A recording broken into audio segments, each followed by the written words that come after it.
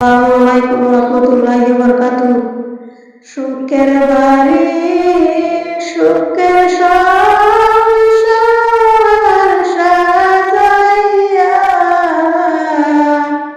কখন জানি যাইতে হবে সংসারিয়া প্রাণ পাখি যাবে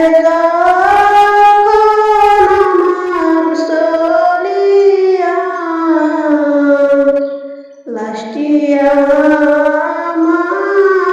থাকিবে পরে বাড়ির আঙিনায়। লাশটি আমার থাকিবে পরে বাড়ির আঙিনায়। কাঁদবে সব